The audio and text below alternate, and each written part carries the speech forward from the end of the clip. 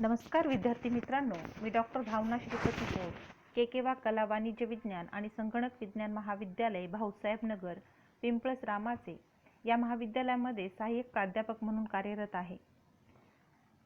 माझा विषय इतिहास हा आहे. आज आपण या तासामध्ये अभिलेखागार किंवा दप्तरखाना याविषयी माहिती पाहणार आहोत. कागदपत्रे हा इतिहास लेखनाचा एक महत्त्वाचा स्रोत असतो. त्यामुळे इतिहासातील प्रमुख घटनांची, व्यवहारांची माहिती पुरविणाऱ्या कागदपत्रांचे योग्य प्रकारे जतन करून ठेवावे लागते. यासाठी अभिलेखागारांची निर्मिती केली जाते. अभिलेखागारामध्ये या सर्व कागदपत्रांचे रेकॉर्ड ठेवले जाते, तसेच त्यांचे जतन केले जाते व पुराव्यांच्या स्वरूपात ती उपलब्ध करून दिली जातात. अभिलेखागाराचा अर्थ. अभिलेखागारास दप्तरखाना असे देखील म्हटले जाते, कारण अभिलेखागारामध्ये कागदपत्रे व दप्तर यांचे जतन करून ठेवलेले असते. सर्वसाधारणपणे ज्या ठिकाणी ऐतिहासिक कागदपत्रे जतन करून ठेवलेली असतात अशा ठिकाणास अभिलेखागार असे म्हटले जाते. अभिलेखागारास हे शासनाद्वारे निर्माण केले जातात, त्यामुळे खाजगी स्वरूपाचे नसतात. या अभिलेखागारांमध्ये दस्तलिखिते, दुर्मिळ छायाचित्रे, बखरी, रुमाल, नकाशे व इतर कागदपत्रे जपून ठेवलेली असतात. तसेच या सर्व कागदपत्रांची व्यवस्थितपणे नोंद करून ठेवलेली असते. वस्तू संग्रहालयात ज्याप्रमाणे पुरातत्वीय वस्तू जतन करून ठेवलेल्या असतात, त्याचप्रमाणे अभिलेखागारात ऐतिहासिक कागदपत्रांचे जतन करून ठेवलेले असते. अभिलेखागाराची काही वैशिष्ट्ये. त्यामध्ये पहिलं वैशिष्ट्य आहे शासकीय नियंत्रण. अभिलेखागार हे शासकीय नियंत्रणाखाली स्थापन करण्यात आलेले असते. शासनाद्वारे त्याची निर्मिती केली जाते, तसेच शासकीय खर्चातून त्याची व्यवस्था ठेवली जाते. त्यामुळे एखाद्या खाजगी व्यक्ती किंवा संस्थेस अभिलेखागार निर्माण करता येत नाही, तर ते शासनाद्वारे निर्माण केले जाते. दुसरं वैशिष्ट्य कार्यालयीन स्वरूप. अभिलेखागार याचे स्वरूप हे कार्यालयीन असते, कारण एखाद्या शासकीय कार्यालयाप्रमाणे तेथील व्यवहार चालतात. प्रत्येक गोष्टीची नोंद करून ठेवली जाते. अभिलेखागारात भेट देणाऱ्या व्यक्तींची नोंद ठेवली जाते, तसेच भेट देण्याचा उद्देश देखील जतन करून ठेवला जातो. तिसरं वैशिष्ट्य कागदपत्रांचे व्यवस्थापन. अभिलेखागारात सर्व प्रकारच्या कागदपत्रांचे काटेकोरपणे व्यवस्थापन केले जाते.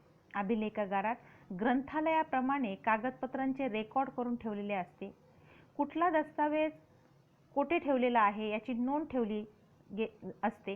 त्याचा शोध घेणे लवकर शक्य व्हावं यासाठी फायलिंग करून कागदपत्रांचे विभाग आणि उपविभाग केलेले असतात. चौथं वैशिष्ट्य स्थायी स्वरूप. अभिलेखागाराचे प्रमुख वैशिष्ट्य म्हणजे त्याचे स्थायी स्वरूप, कारण अभिलेखागार हे एका विशिष्ट ठिकाणी स्थापन केल्यानंतर त्याच्या कार्यालयात बदल केला जात नाही. सरकारी दप्तरात त्याची नोंद असल्यामुळे त्यास स्थायी स्वरूपात कार्यरत ठेवले जाते. या अभिलेखागाराची काही महत्त्व पण या ठिकाणी सांगता येईल. अभिलेखागार याचं महत्त्व पुढील मुद्द्यांच्या आधारे आपल्याला स्पष्ट करता येईल. दुर्मिळ स्वरूपाची कागदपत्रे उपलब्ध होण्याच्या दृष्टीने अभिलेखागार याला महत्त्व आहे. दुसरं, ऐतिहासिक संशोधनासाठी आवश्यक असणारी माहिती अभिलेखाद्वारे प्राप्त होते.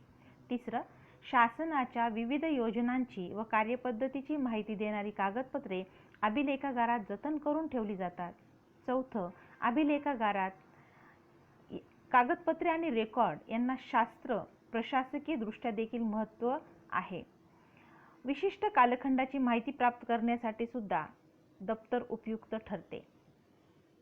पुढची संकल्पना आहे कालगणना. कालगणना इतिहासातील कालनिश्चितीचे महत्त्व प्राचीन काळातही इतिहासकारांना ज्ञात होते. त्या काळात एखादी स्मरणीय घटना कालगणनेचा आरंभ मानला जात असे. ग्रीक इतिहास लेखनात ऑलिम्पिक खेळ हा संस्मरणीय घटना म्हणून ऑलिम्पिक खेळाचा संदर्भ देऊन अन्य घटना सांगितल्या जात असे. त्यामुळे ग्रीक इतिहास लेखनात ऑलिम्पिकचे वर्ष कालगणनेसाठी आधारभूत मानले गेले. येशू ख्रिस्ताच्या जन्मापूर्वी 776 वर्षापासून ऑलिम्पिक खेळास ग्रीकमध्ये आरंभ म्हणून पहिल्यांदा ही कालगणना सुरू झाली. पुढील काळात 2 शहराची स्थापना ही एक महत्त्वाची घटना म्हणून कालगणना केली जाऊ लागली. येशू ख्रिस्ताच्या जन्मापूर्वी 753 वर्षांनी रोमन शहराची स्थापना झाली असे मानून या घटनेस आधार म्हणून कालगणना होऊ लागली. आजच्या काळात ख्रिस्ती कालगणना, भारतीय कालगणना, इस्लामी कालगणना प्रचलित आहेत. ख्रिस्ती कालगणना. येशू ख्रिस्ताचा जन्म ही कालमापनाच्या दृष्टीने सर्वात महत्त्वाची घटना जागतिक स्तरावर मानली जाते.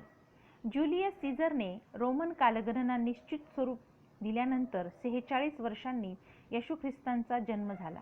युरोपात ख्रिस्ती धर्माचा मोठ्या प्रमाणावर प्रसार होऊ लागला व रोमन सम्राट ऑगस्टस सीझर यांनीही ख्रिस्ती धर्मास मान्यता दिल्यानंतर ख्रिस्ती धर्मास स्थैर्य लाभले. कालगणना करताना पुढे ऑलिम्पिक खेळ, रोम शहराची स्थापना या घटनांप्रमाणेच येशूंच्या जन्माचा संदर्भ दिला जाऊ लागला. मध्ययुगात धर्मगुरूंनी धर्माधिष्ठित इतिहास लेखन सुरू केले. हे इतिहास लेखन पूर्णतः धर्मकेंद्री व ईश्वर केंद्री होते. या ख्रिस्ती इतिहास लेखनापासून इतिहासाच्या कालखंडाच्या विभागणीची प्रथा रूढ झाली आणि सर्वात महत्त्वाचे म्हणजे कालगणनेबाबत तोपर्यंत असलेला गोंधळ नाहीसा करून एकसूत्री कालगणना पद्धती त्यांनी सुरू केली. ती इतिहास लेखकांनी इतिहास लेखनशास्त्राला दिलेली एक महत्त्वाची देणगी होय. ख्रिस्ती इतिहासकारांनी ख्रिस्त जन्म ही मध्यवर्ती घटना मानून इतिहासाच्या कालखंडाचे विभाजन केले आहे. ख्रिस्त जन्मापूर्वीचा इतिहास म्हणजे त्याच्या जन्माच्या दिशेने झालेली मानवाची वाटचाल व त्याच्या जन्मानंतरचा इतिहास म्हणजे मानवाच्या मुक्तीच्या दिशेने होणारी वाटचाल अशी विभागणी ते करतात. तसेच ख्रिस्ती जन्मापूर्वीचा ग्रीकांचा काळ हा प्राचीन काळ व रोमन काळात हे मध्ययुग तसेच ख्रिस्तीच्या जन्मानंतरचा आधुनिक काळ असे कालखंडाचे विभाजन करण्यात आलेले आहे. चर्चच्या इतिहास लेखनात येशूंचा जन्म आरंभ बिंदू मानून लेखन केले जाऊ लागल्यामुळे या कालगणनेचा प्रसार युरोपात मोठ्या प्रमाणावर झाला. त्यावेळी 25 डिसेंबर म्हणजेच ख्रिसमसचा नाताळाचा दिवस हा ख्रिस्ती कालगणनेचा वर्षारंभ मानला जाऊ लागला. येथूनच ख्रिस्तांच्या जन्मापूर्वी म्हणजे BC बिफोर ख्रिस्ट आणि ख्रिस्त जन्मानंतर AD म्हणजे anno Domini means in the year of Lord अशी सोपी सरळ कालगणना पद्धती प्रचारात आली, जी जगात आजही प्रचलित आहे. याच ख्रिस्ती कालगणना पुढे ग्रेगोरियन कॅलेंडर म्हणून ओळखले जाऊ लागले, कारण 16व्या शतकातील महान संत ग्रेगरी याने इसवी सन 1562 मध्ये एक धर्माज्ञा प्रचलित कालगणना पद्धतीत सुधारणा केली. त्यानुसार 1 जानेवारी हा ख्रिस्ती कालगणनेचा वर्षारंभ दिवस मानला जाऊ लागला. त्यात 1582, 1699 ते 1752 मध्ये किरकोळ बदल होऊन ही कालगणना निर्दोष करण्यात आली. अशा रीतीने ख्रिस्ती ग्रेगोरियन कालगणना अस्तित्वात आली, रूढ झाली. यात कालगणनेला इसवी सन कालगणना म्हटले जाते. पर्शियन भाषेत येशू ख्रिस्ताला ईसा मसीहा असे म्हटले जाते, तर सन म्हणजे वर्ष होय. म्हणूनच ईसाच्या जन्म वर्षापासून सुरू होणारी कालगणना म्हणजे इसवी सन होय. म्हणून आपण इसवी सन पूर्व, इसवी सन अर्थात BC व AD असे इतिहास लेखनात वापरत असतो. येशू ख्रिस्ताच्या जन्मानंतर साधारण 500 वर्षानंतर इसवी सन आणि ख्रिस्ती कालगणना युरोपातल्या अनेक देशात वापरली जात असली तरी 16व्या शतकाच्या उत्तरार्धातच ती निर्दोष होऊन खऱ्या अर्थाने जगात प्रचलित आहे. भारतीय कालगणना. मानवी जीवनाच्या वाटचालीबाबत जे तात्विक चिंतन भारतात ऋग्वेद काळापासून सुरू झालेले आढळते. मानवी जीवनाची गती चक्राकार असते ही कल्पना 4 युगांच्या संकल्पनेशी जोडलेली आहे. ती म्हणजे सत्य, त्रेता, द्वापार व कलियुगी. हा कालचक्राचा विचार परमेश्वरी योजनेशी जोडलेला आहे. हे प्राचीन भारतात पौराणिक कालगणना प्रचलित होती. कलियुगाच्या प्रारंभी महाभारताचे युद्ध झाले अशी नोंद पुराणात आढळते. महाभारताची युद्ध ही प्राचीन भारतीयांच्या गतकालीन वाटचालीतील एक महत्त्वपूर्ण घटना मानली जाते. या घटनेच्या आधारे पुढे कालगणना होऊ लागली. शालिवाहन शक. पौराणिक कालगणनेमध्ये शालिवाहन शकाला विशेष महत्त्व आहे. सातवाहन हा सातवाहन वंशाचा संस्थापक मानला जातो. सातवाहनांचे प्राकृत रूप सल्लाहान असे होते. शालिवाहन हे त्याचे सांस्कृतिकरण होय. या शालिवाहनाने ही कालगणना सुरू केली म्हणून त्यास शालिवाहन शक म्हटले जाते. भारताच्या बहुतांशी भागात पंचांगांमधून या कालगणनेचा वापर केला जातो. शालिवाहन शक ही कालगणना इसवी सनाच्या पहिल्या शतकात सुरू झाली. याबद्दल मतभेद असले तरी कोणी सुरू केली याबाबत मतभेद आहेत. काही विद्वानांच्या मते प्रतिष्ठान येथील सातवाहन किंवा शालिवाहन राजाने ही गणना सुरू केली, तर काही विद्वानांच्या मते कुशाण सम्राट कनिष्क याच्या राज्यारोहणापासून म्हणजेच इसवी सन 78 पासून ही कालगणना सुरू झाली, म्हणजेच शालिवाहन शकाची सुरुवात झाली. येशू ख्रिस्ताच्या जन्मानंतर 78 वर्षांनी ही कालगणना झाली. उदाहरणार्थ सन 2010 या ख्रिस्ती वर्षातून 78 वर्ष वजा केले असता 1932 हे शक वर्ष चालू असल्याचे कळते. म्हणजेच भारतीय व ख्रिस्ती कालगणनेत 78 वर्षाचा फरक आहे. शककालाचा संस्थापक कोण हा संशोधकाचा वादाचा विषय आहे. यासंबंधी दोन मतप्रवाह आहेत. एक असा की हा संवत्सर कुशाण राजांनी स्थापन केला व दुसरा असा की कुशाण वंशातील राजा कनिष्काने स्थापन केला. राजा कनिष्क याच्या कालनिश्चितीबाबत संशोधकात एक वाक्यता नाही. दिनेशचंद्र सरकार यांच्या मते इसवी सनाच्या पहिल्या, दुसऱ्या व तिसऱ्या शतकात असे 3 वेगळे कनिष्क होऊन गेले. तरीही पहिल्या शतकातील कनिष्क हा संवत्सराचा संस्थापक मानला जातो. त्याचा काळ इसवी सन 78 ते 102 असा होता. इतक्या प्रसिद्ध असलेल्या शतकाला नाव मात्र स्पष्टपणे 7व्या शतकापर्यंत उपलब्ध नाही असे वाटते. परंतु हिस्से बोराळा येथील वाकाटक राजा देवसेन याच्या लेखात शकानाम 380 असा स्पष्ट उल्लेख आहे. या शकात संवत्सराचा उपयोग कच्छ आणि सौराष्ट्रवर राज्य करणाऱ्या शक राजांनी केला, तर जुनागड येथील रुद्रदामनचा सुप्रसिद्ध लेखक यामध्ये 72 हर उल्लेख असून महाराष्ट्रात याचा उपयोग नहपाणाचा नाशिक येथील लेखात आढळून येतो. सातवाहन सम्राट गौतमीपुत्र सातकर्णी याने शकांचा उच्छेद केला हे सर्वश्रुत आहे. नहपाणाच्या नाण्यांवर उज्जैनचे चिन्ह ठोकून त्यांनी आपले सार्वभौमत्व सिद्ध केले.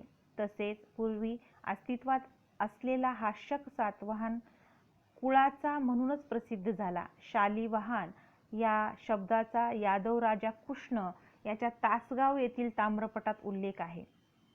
त्यानंतर शककाल दक्षिण भारतात अतिशय लोकप्रिय झाला. वराह मिहिराने शक संवत्सराचा उपयोग केलेला आहे. भगवानलाल इंग्रजी यांच्या मते नहपाण राजाने सातवाहन राजांवर विजय मिळवला आणि त्या विजयाच्या स्मरणार्थ शक संवत्सराची स्थापना केली. फर्ग्युसनने मात्र कनिष्क हाच शककालाचा संस्थापक होता प्रथम प्रस्थापित केले. या काळाचा संस्थापक कुशाण वंशातील असताना या कालाचे नाव शक का पडले हा विवाद्य प्रश्न आहे. विक्रम संवत शक. पौराणिक कालगणनेनुसार उज्जैनचा राजा विक्रम हा शककर्ता होऊन गेला. विक्रम काल इसवी सन पूर्व 58 मध्ये सुरू झाला असे गृहीत धरले जाते. उज्जैनचा राजा विक्रमादित्य म्हणजे चंद्रगुप्त द्वितीय असा सर्वसाधारणपणे समज आहे. चंद्रगुप्त द्वितीय या शकारी असे म्हटले जाते. ही गोष्ट निसंशय आहे. राजा विक्रमादित्याने शकांचा पराभव करून विजय मिळवला. त्या घटनेच्या स्मरणार्थ इसवी सन पूर्व 58 विक्रम संवत कालगणना सुरू केल्याचे मानले जाते. म्हणूनच इसवी सन 2010 मध्ये विक्रम संवत 2068 हे असेल. इसवी सन व विक्रम संवत म्हणजे 58 वर्षाचा फरक आहे. गुप्त वल्लभी.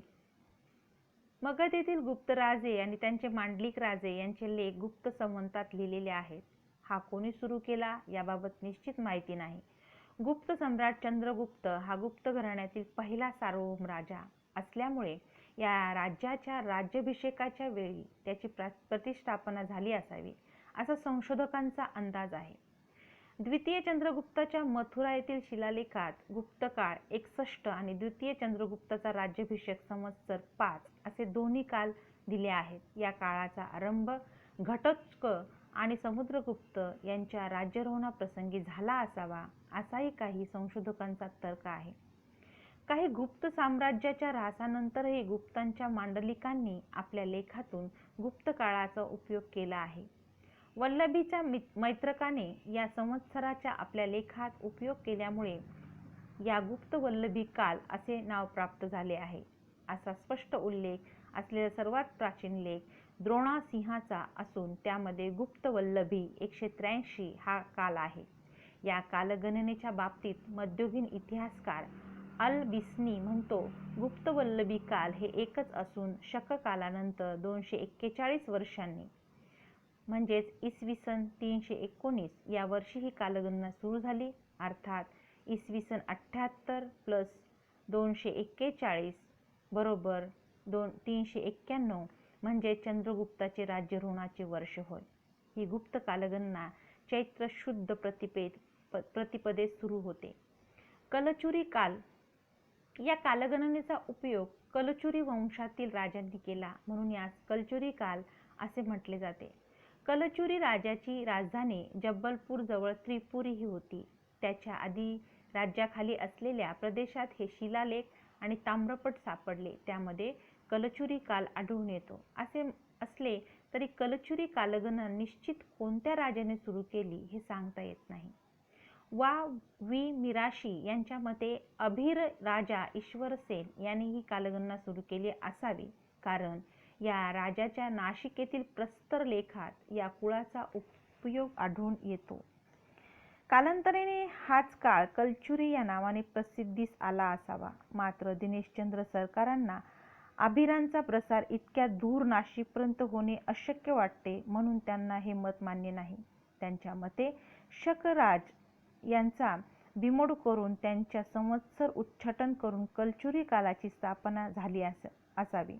इसवी सन 1878 मध्ये कनिष्क हॅम यांनी असे मत मांडले की कलचुरीचा काल इसवी सन 241 असावा.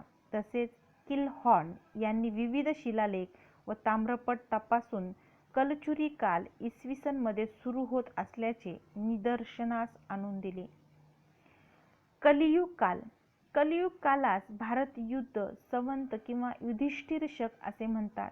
कौरव पांडवाचे युद्ध चालू असताना द्वापार युग संपूर्ण कलियुग सुरू झाले. या युद्धात पांडवांचा जय झाला, युधिष्ठिरास जय मिळाला म्हणून या काळात भारतीय युद्धकाल युधिष्ठिर शक किंवा कलियुग काल असे म्हटले जाते.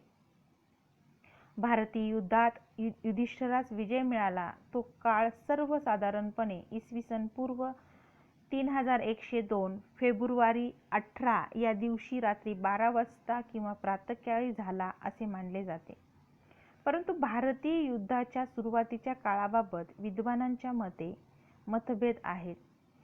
बृहत संहितेत युधिष्ठिर राज्य करू लागला. 2526 वर्ष झाल्यावर शककाल सुरू झाला. वरमीराने हे नमूद करून ठेवलेले आहे, परंतु कल्याणास त्यांचे मत मान्य नाही. तर ऐहोळ येथील शिलालेखाचा पुरावा अतिशय महत्त्वाचा आहे. या लेखात भारतीय युद्धास आरंभ होऊन 3735 कलिकाल गेला असता आणि 556 एक वर्ष होऊन गेली असता प्रशस्ती रचली असे लिहिले. यावरून शतकापूर्वी 3171 वर्षी भारतीय युद्ध झाले व कलिकाल युग सुरू झाला असावा असे मानले जाते. भारतीय कालगणनेत अशा विविध कालगणना यांचा उल्लेख येत असला तरी शक कालगणना किंवा शालिवाहन शकास सर्व सामान्य असल्याचे दिसून येते. इसवी सनाच्या पहिल्या शतकात ही कालगणना सुरू झाल्याबाबत मतऐक्य असल्याचे दिसून येते. इस्लामी कालगणना मध्य भारताच्या इतिहासात मुस्लिम आक्रमकाच्या राजवटीपासून इस्लामी कालगणनेस प्रारंभ झाला. भारतीय मध्ययुगात प्रामुख्याने हिजरी व फसली या दोन कालगणना प्रचलित होत्या.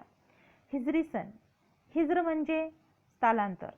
इस्लाम धर्माचे प्रेषित हजरत मोहम्मद पैगंबर यांनी इसवी सन 622 मध्ये मदिनेहून मक्केला प्रयाण केले. त्या वर्षापासून हिजरी कालगणना सुरू झाली.